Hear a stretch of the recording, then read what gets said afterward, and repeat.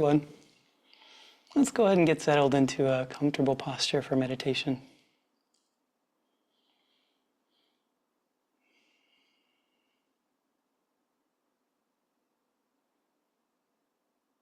And just taking a moment to notice the body.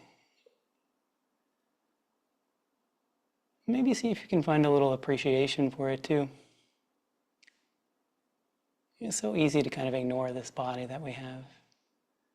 We might feel like it's always there. But it's something to be grateful for. How lucky are we to have a body that functions in the way it does?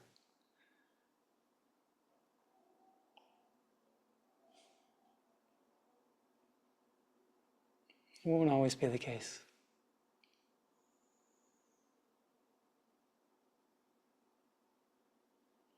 And we have this mind too. This amazing tool allows us to understand the world, move about, and do things. Maybe taking a moment to find a little gratitude for that as well. However it's showing up in this moment.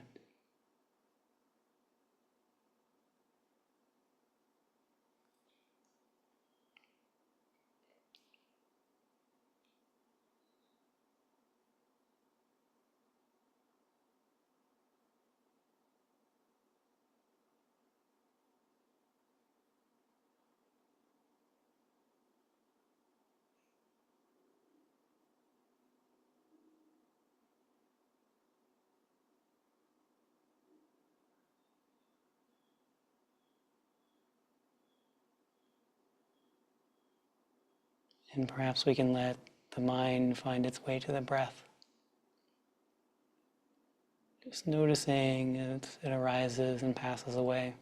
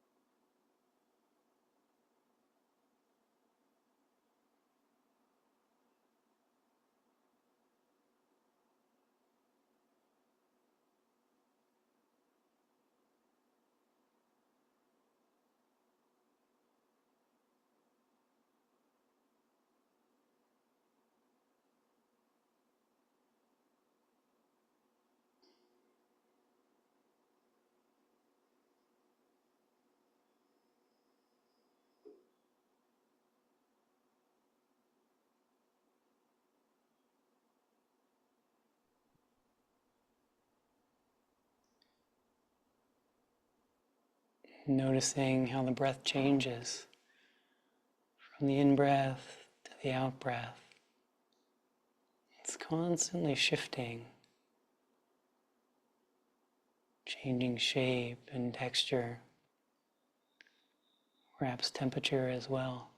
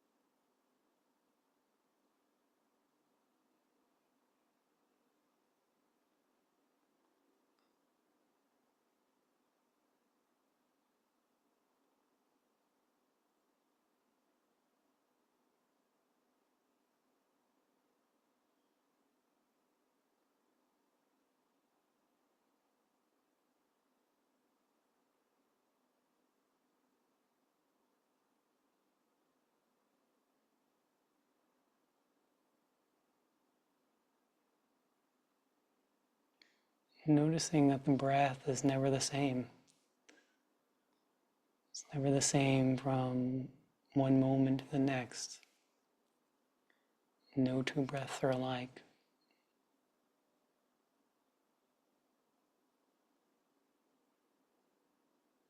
It's always changing.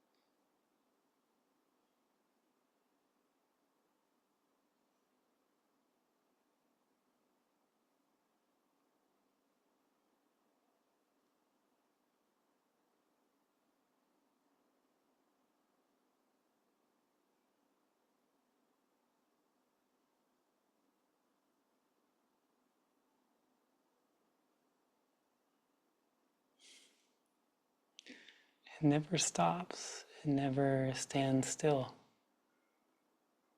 There's nothing static about the breath. Even during the periods of time in between breaths, there's still a sense of motion that can be felt.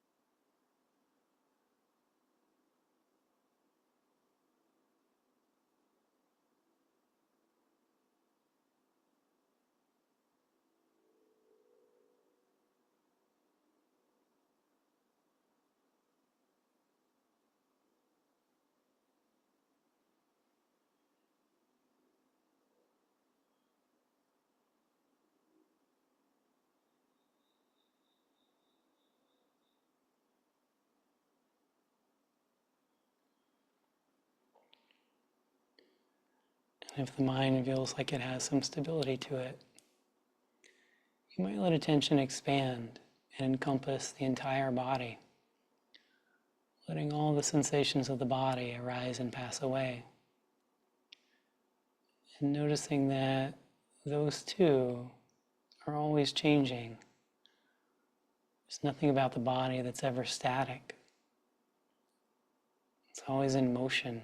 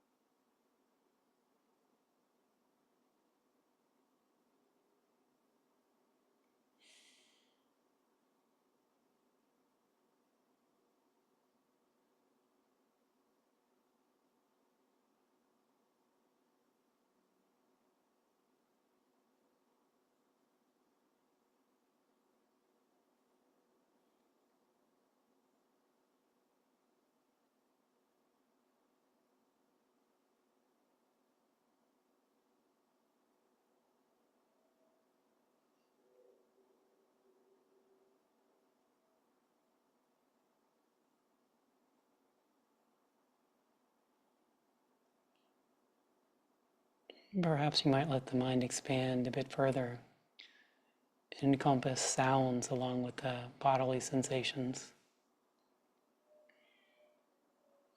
Sounds too are always in motion, they're always dynamic. There's nothing static or still or stable about sound. It's always coming and going.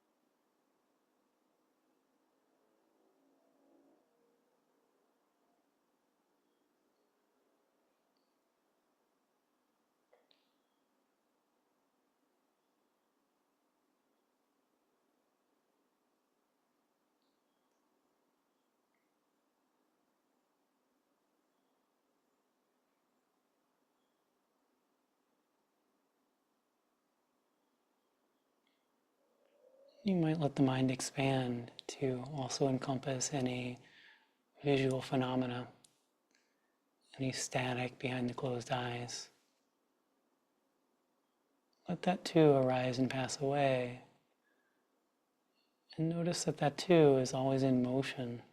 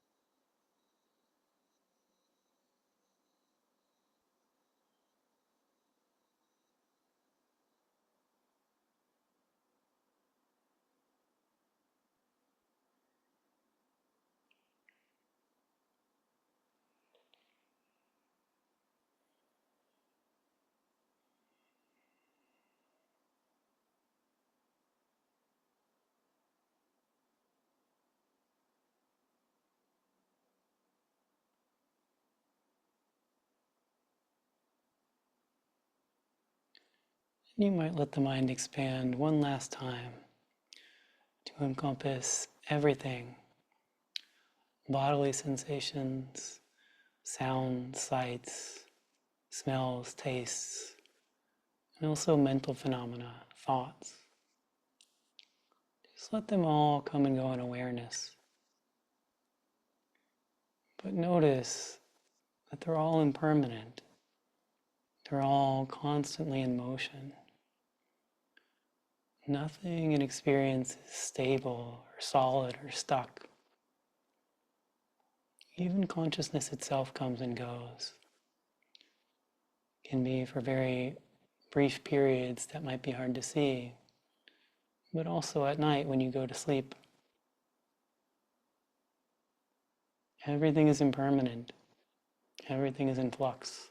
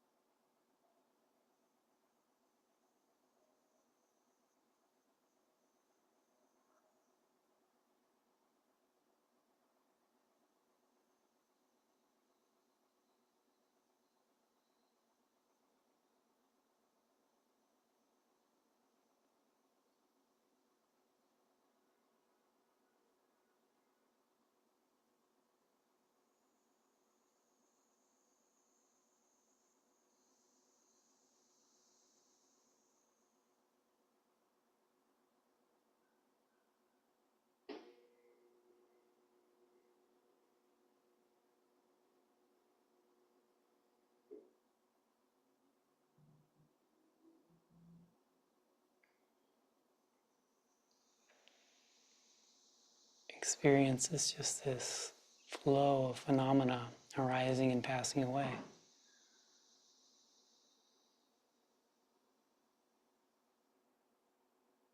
Nothing other than that. Just phenomena.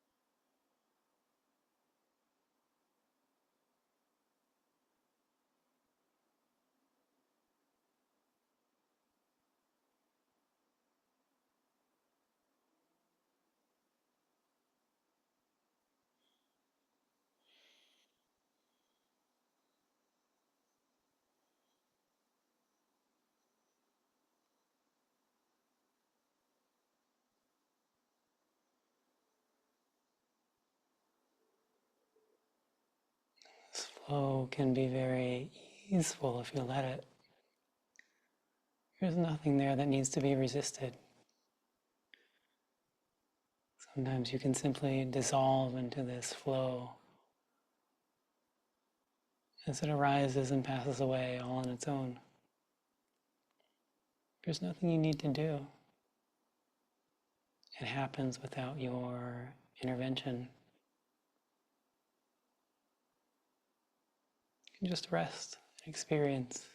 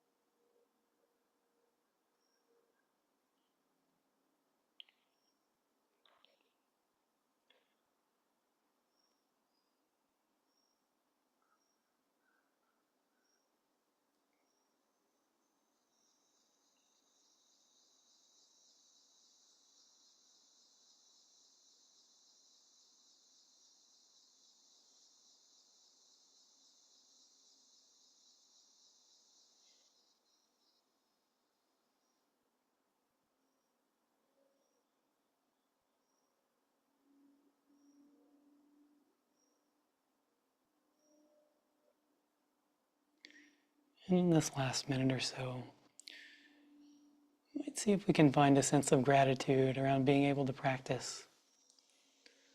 How lucky are we that the Buddha left his teachings to us and has shown us a path out of suffering,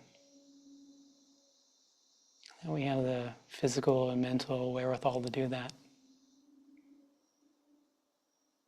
Many people are not so lucky.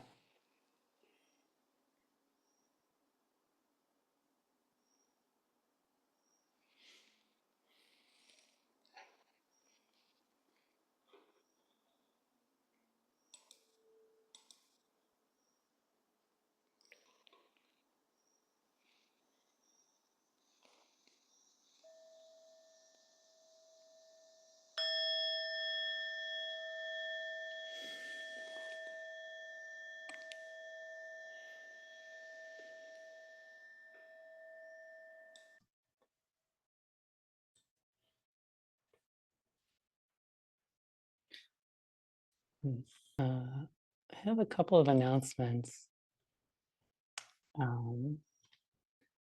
There's a brunch for the Sangha this weekend on September 15th at, I believe, 10:30 a.m., right after the Sunday sit.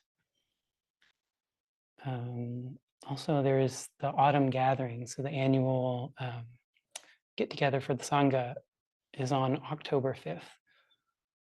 And both of those will be here at the Vihara.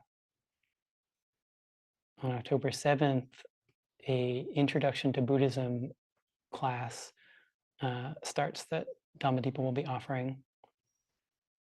And on November 14th, there's a residential retreat that Dhammadipa will also be leading. And also, I'm leaving on retreat, or leaving for retreat this weekend. So this will be my last Tuesday talk for before I go on retreat. And tomorrow will be my last Wednesday meditation sit. So those two will be on hiatus until the beginning of November, at which point I think Dhammadipa will be picking them up. Yeah, so this will be my last talk for a while. There's a famous painting by Seurat entitled Sunday Afternoon on the Island of La Grande Jatte. Okay, yeah, so this is the painting. It's a lovely painting, right? It's very kind of bright, and it's got this sort of simple little joy to it. And if you don't look closely, that might be all that you see. But there's something really interesting about this painting, and you may know this is a famous painting. This painting is not made with brush strokes in the way that I guess most paintings are. It's made of, let's see if we can see. Yeah, it's made of these like many little dots of paint, right? So when we zoom back out, this woman that we see here, this is an illusion, right? It's an optical illusion brought about by, us not being able to see the painting clearly.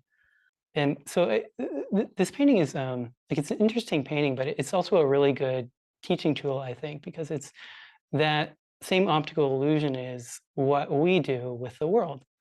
So on like at first glance, this world appears to be a world of objects and people in the same way that this painting appears to have, objects and people in it.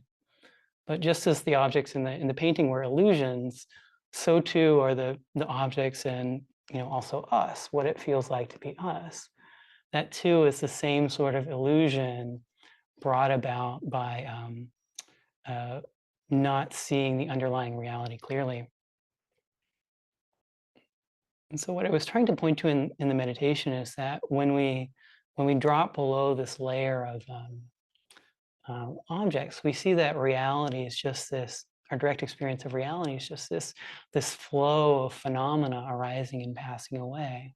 And it's not ever anything other than that.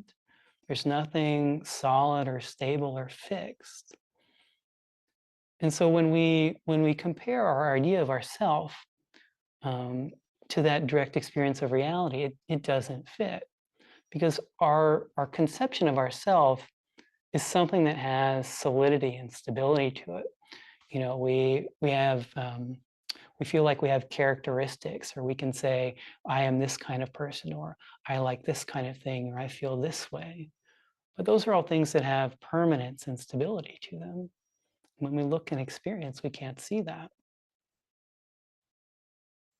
So the Buddha talked about this. I'm going to read a bit from the Anatta Lakkhana Sutta, which was the Buddha's second talk. Actually, I think I'll paraphrase some. So in the meditation, I was trying to point to this flow of experience, and I broke it up into bodily sensations and sounds and sights and thoughts. The Buddha does something a little bit different. He takes experience, this flow of experience, and breaks it up into 5 different categories. So he uses form, so physical objects; feeling, which is if something is pleasant or unpleasant, or neither pleasant or unpleasant; perception, which is this kind of ability of the mind to make objects out of things, and mental formations, so thoughts and the stuff around that, and consciousness. So these are the 5 groups he used to break up the flow of experience. And so in talking about form, the kind of category of physical objects, this is what he said. He says, form, O monks, is not self. If form were self, then form would lead to affliction. And you should be able to say, I want my body to be this way, or I want my body to be that way. But form is not self, and therefore it does lead to affliction. And therefore you can't say, you're not able to say, I want my body to be this way and have it happen. And he goes on to say, what do you think of this, O monks? Is form permanent or impermanent? They reply, impermanent, O Lord. He says, now, that which is impermanent, is it unsatisfactory or is it satisfactory? It's unsatisfactory, O Lord. And he goes through the same kind of thought process with the other 4 categories. And when he's speaking about how everything is impermanent and unsatisfactory, this is the first noble truth. Nothing that appears in experience can be a source of lasting satisfaction because it's impermanent, because it always changes.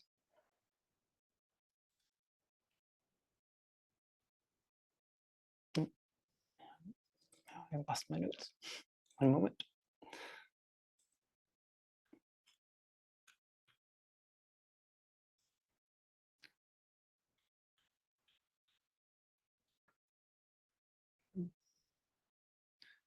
And so we can compare ourselves to the flow of experience and kind of our idea of ourself and see that it doesn't fit.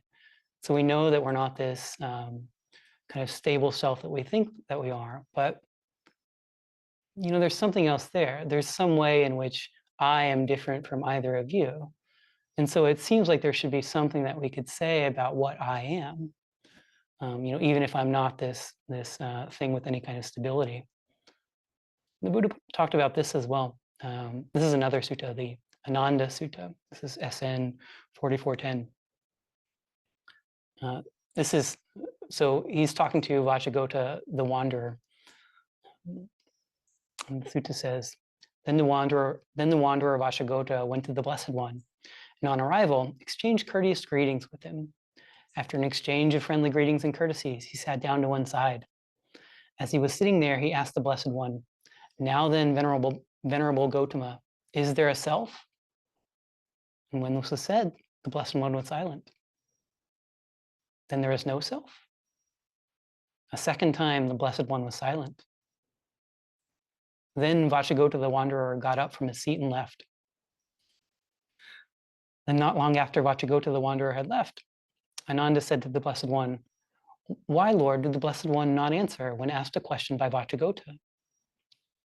The Buddha answers, Ananda, if I, being asked by Vacchagotta if there is a self, were to answer that there is a self, that would be conforming with those priests who believed in the idea of a soul. So saying there's a kind of permanent self. And if I, being asked by Vacchagotta if there is no self, were to answer that there is no self, then that would be conforming with those priests who think there are nothing. And so if I were to answer that there's a self, would that be in keeping with the arising of knowledge that all phenomena are not self? And Ananda says no. And if I were to answer that there is no self, the bewildered Vacchagotta would become even more bewildered. Does the self I used to have now not exist? And so what the Buddha is saying here is he's not saying that there's a solid self. And he's not saying that there's nothing. What we are is something different. What there is this body and mind that manifests in the world in in a way that's unbound. It's unbound to any kind of thought or idea about what you are. None of the things that you might answer on one of those personality quizzes, or no bio that you write or description that you might give about yourself, nothing that your parents told you about yourself, none of these kind of characteristics that you might give about yourself or what you think that you should be, none of those things are true. All those things are thoughts. And thoughts are not truth. They're not to be believed in. It always amazes me what I believe in my thoughts. It's like sometimes I want to ask myself, do you not watch your mind? Do you not see what dumb stuff the mind comes up with?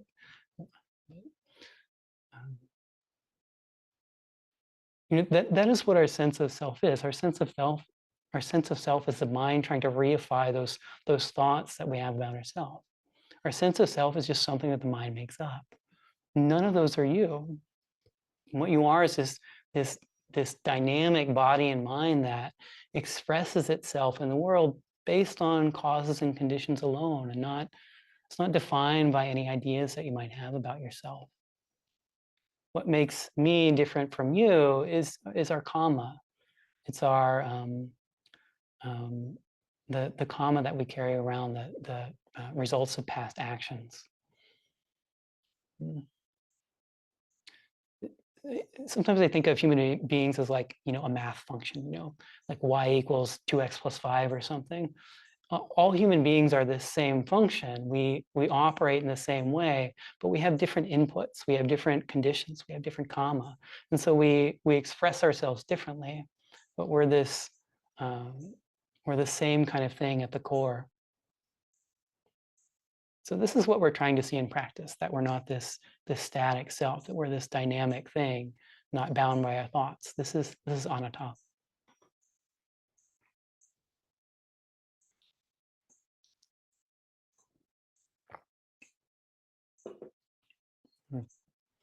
So the painting, the Sunday afternoon, it's a good analogy. I like how it shows that this thing that seems solid and real is something. It's just kind of a figment of our imagination. It's just an illusion. But it doesn't. There's something it doesn't get. When we get taken in by the painting, it's just this kind of cute little parlor trick, right? And it doesn't have any real consequences to it. But when we get taken in by the world, by our sense of self, it has great consequences to it, because this misunderstanding is the source of our suffering. What happens is when we look out at the world and we see it incorrectly, we see it as something with stability to it. We look out and we see, oh, the world is this way, but it would be better if it were this other way. And if it were this other way, I would be happy. And so we want the world to be different. And this sense of self is the tool that the mind uses to try and change the world. If you want to feel, if you want more status in life, you might acquire the desire to, go to college and get a degree, or get a high-paying job, or be, a leader in an organization. All these things that you feel that you should do, like it's the mind trying to shape the sense of self so it can change the world in the way it wants. And the thing is, it doesn't work, and we can see that from this, from the impermanence of the world. If your happiness is predicated on arranging the world to be a certain way, and the world is something that's constantly in flux, the world can only ever meet your expectations at best for an instant before it changes and becomes something else. And so if you're trying to find lasting happiness that way, it simply can't happen. And there's this like really kind of pernicious dynamic at play. The sense of self that we have, when we separate ourselves from the world, when we say I am other than this other thing, when we kind of tear that unity that's there, it's a a wound in the psyche. It hurts. Like we see the self as the solution to our problems, but in reality, it's the cause of our problems. It's that wound at the center of it all that makes us want to like try and change the world and try and fix things. If that wound weren't there, that separation, nothing would need to be changed or fixed. It's like a black hole. You know, the more stuff you throw in a black hole, the bigger it gets.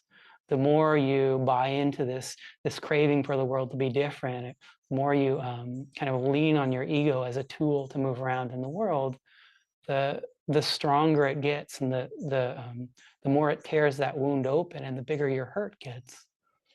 So it's this really unfortunate dynamic. And this is how our craving, our wish for the world to be other than the way it is, leads to our suffering. This is the second noble truth.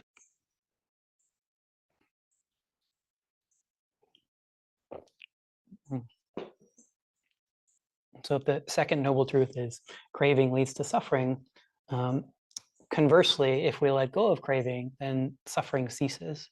This is the third noble truth. I had a kind of one of those like fortuitous occurrences.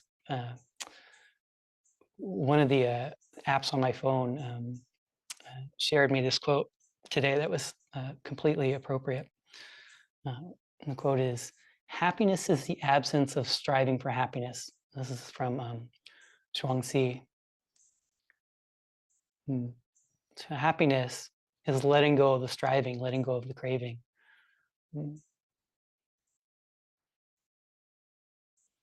In one sense, what we do with this sense of self is like an actor who takes on a role or a persona to, play in a movie or something. This being that we are kind of in the ultimate sense, this being that's kind of unbound by any thought or conception we might have about ourselves, takes on this role of Stephen or whoever you are, this idea of what it should be. But it's something that's completely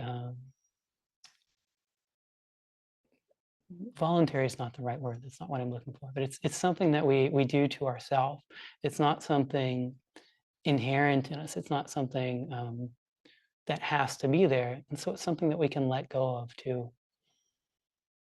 An analogy I like for what we do with the sense of self is I saw a hypnotist once, and the hypnotist brought somebody up on stage. He brought this woman up on stage, and he did the induction. He hypnotized her, and he had her hold her arm out to her side, and he started telling her all this stuff, like your arm is very strong. It's like a solid oak tree. It's like an iron bar. And he went on in this vein for a while, and he even like kind of pushed on it, and told her to resist it. So he spoke like that for a while, and then he brought her out of the trance, and she's standing here holding her arm out, and he tells her, try and move your arm, and you see her arm like wiggle just a little bit, and this look of surprise on her face, like she couldn't move her arm. This is what we do with the sense of self. It's all in our mind. It's our mind kind of reifying that stream of thought. But it can be very powerful in that same way that the woman couldn't move her arm.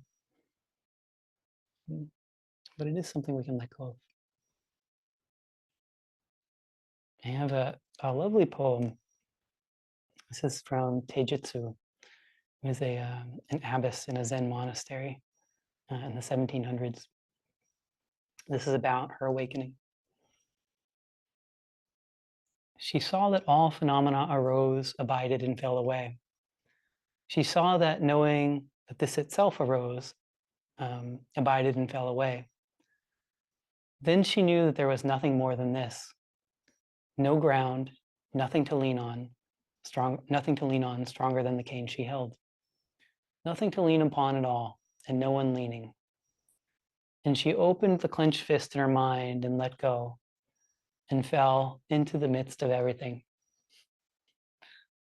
Um, I love that poem. Um, I like that poem for a couple of reasons, but what I really like about that is that the analogy of the clenched hand opening as a metaphor for awakening. Mm. And I like how it tells us that, there's nothing, in one sense, there's nothing that changes on awakening. A hand is a hand, whether it's closed or it's open. But on the other hand, you get a flavor for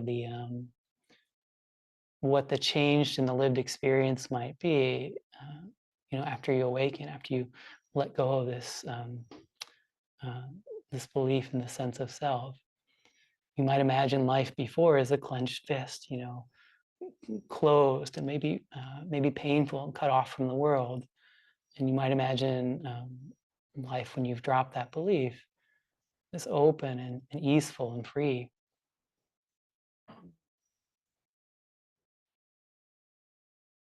So practice is a way to open that fist, to see anatta clearly and to live from that place. And this is the fourth noble truth.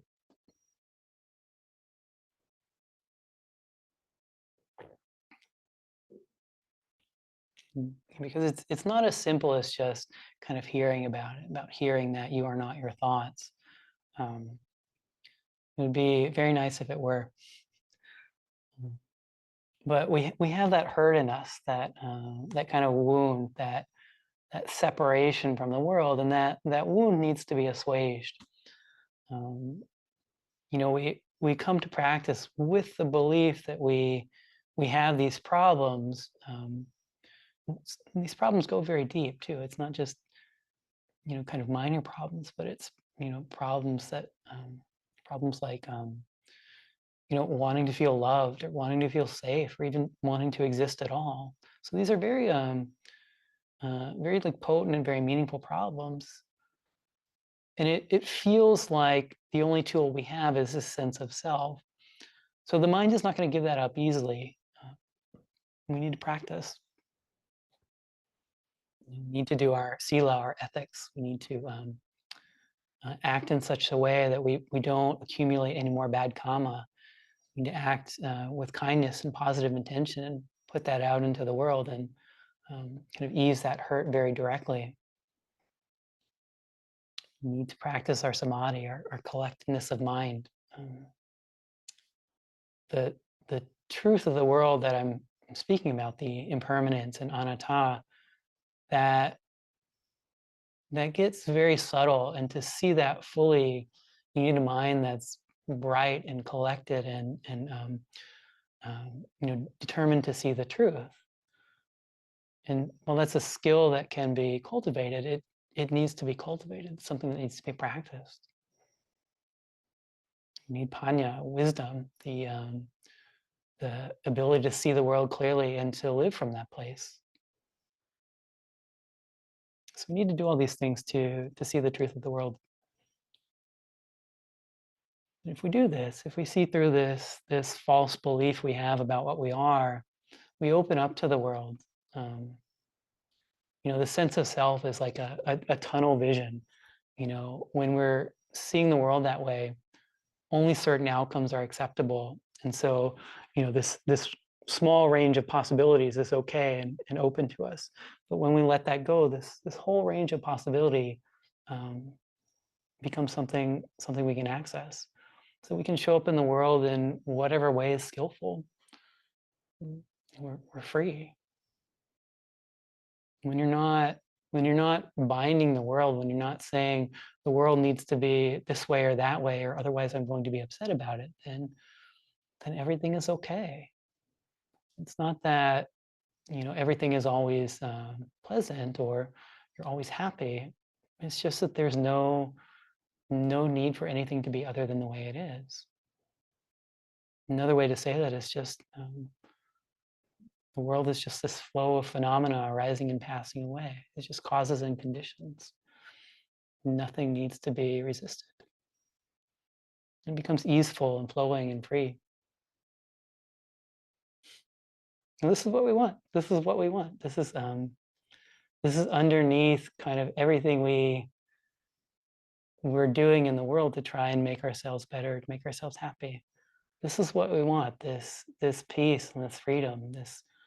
Um, this lack of seeing the world as this small separate self.